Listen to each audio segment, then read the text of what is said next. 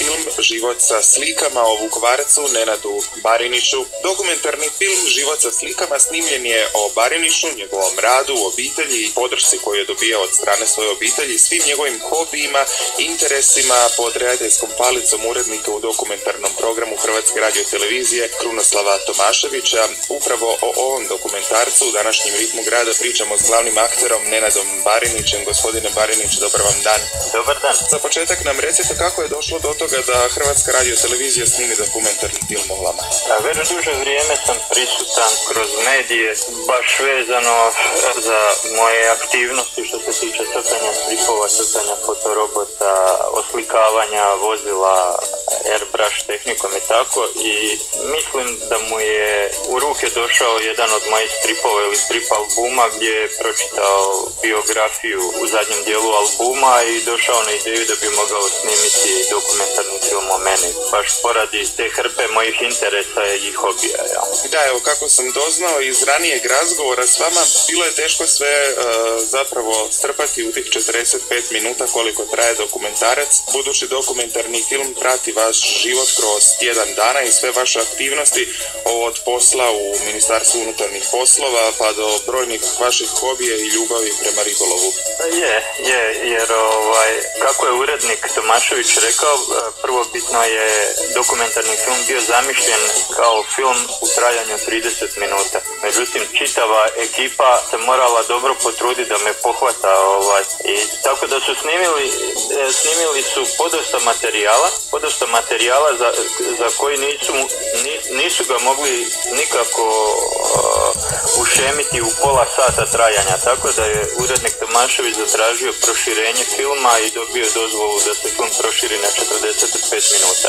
U tih 45 minuta postoje prilozi kroz jednu priču koja se provlači čitavim filmom, znači kao kostur. Ide priča o mom radnom vremenu koje provedem kao policijski službenik, o mojim hobijima kao što su ribolov, kao što je dizajner ribolovnih mamaca, o nekim mojim aktivnostima i tako. Znači sve je stalo u 45 minuta na kraju, jer da je ostalo još puno materijala, ali kaže redatelj, ovo mu je jedan od najtežih radova koje je napravio, a ovo mu je znači 300. film u karijeri. Recite mi, evo odakle kod vas u vašem slučaju, uz naravno posao redovni kojeg obavljate, i vremena i volje i interesa za svim ovim ostalim brojnim aktivnostima kojima se bavite?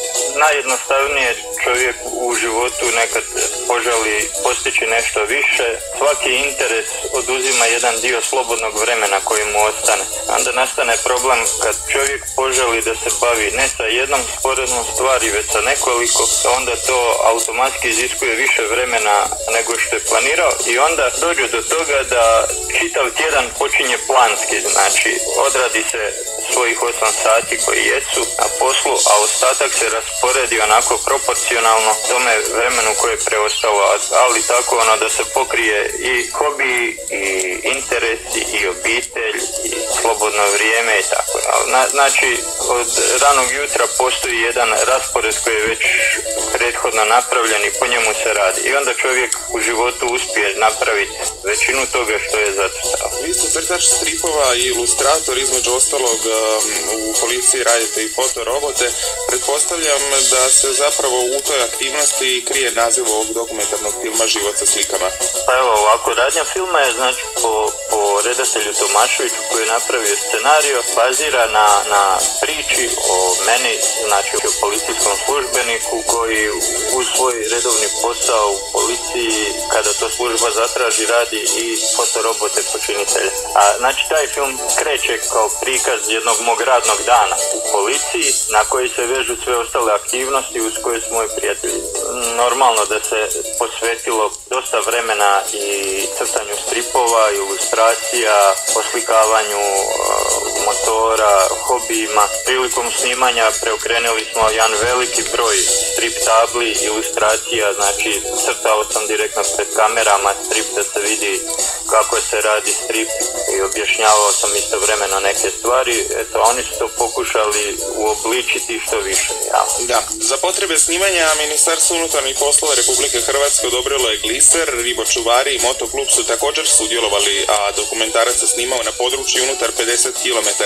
Koliko je samo snimanje bilo zahtjevno, kako ste se uspjeli uskladiti konkretno poslove i privatne obveze s terminima snimanja? Pa, bilo je, znači, za vrijeme toga snimanja iz MUP-a mi je odobreno, znači, od strane načelnika policijske uprave mi je odobrena su mi sredstva sa kojima se možemo poslužiti pri snimanju, jer u biti taj film je promocija samog MUP-a.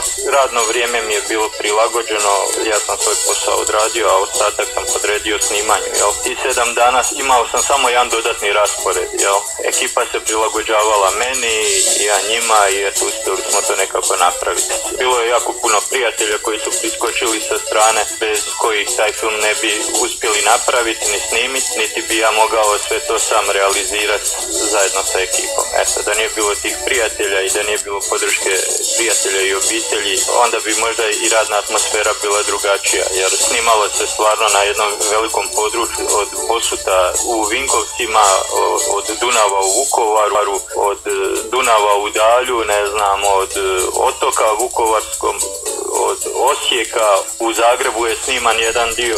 Tako da sve smo nekako pokrili, sve smo nekako uspjeli izorganizirati, sve smo realizirali sa uspjehom. Gospodine Barinić, hvala vam na svim ovim informacijama i na gostovanju u Ritmu grada HRV-a. Želim vam puno uspjeha u vašem daljem radu. Hvala i vama, bilo mi je zadovoljstvo. Evo, čuli ste zanimljiva priča, puno radnje i hrpa interesa na jednom mjestu. Ako smo vas zainteresirali kako to sve izgleda, provjerite večeras u 20 sati i 15 minuta na prvom programu Hrvatske radiotelevizije u dokumentarcu Život sa slikama.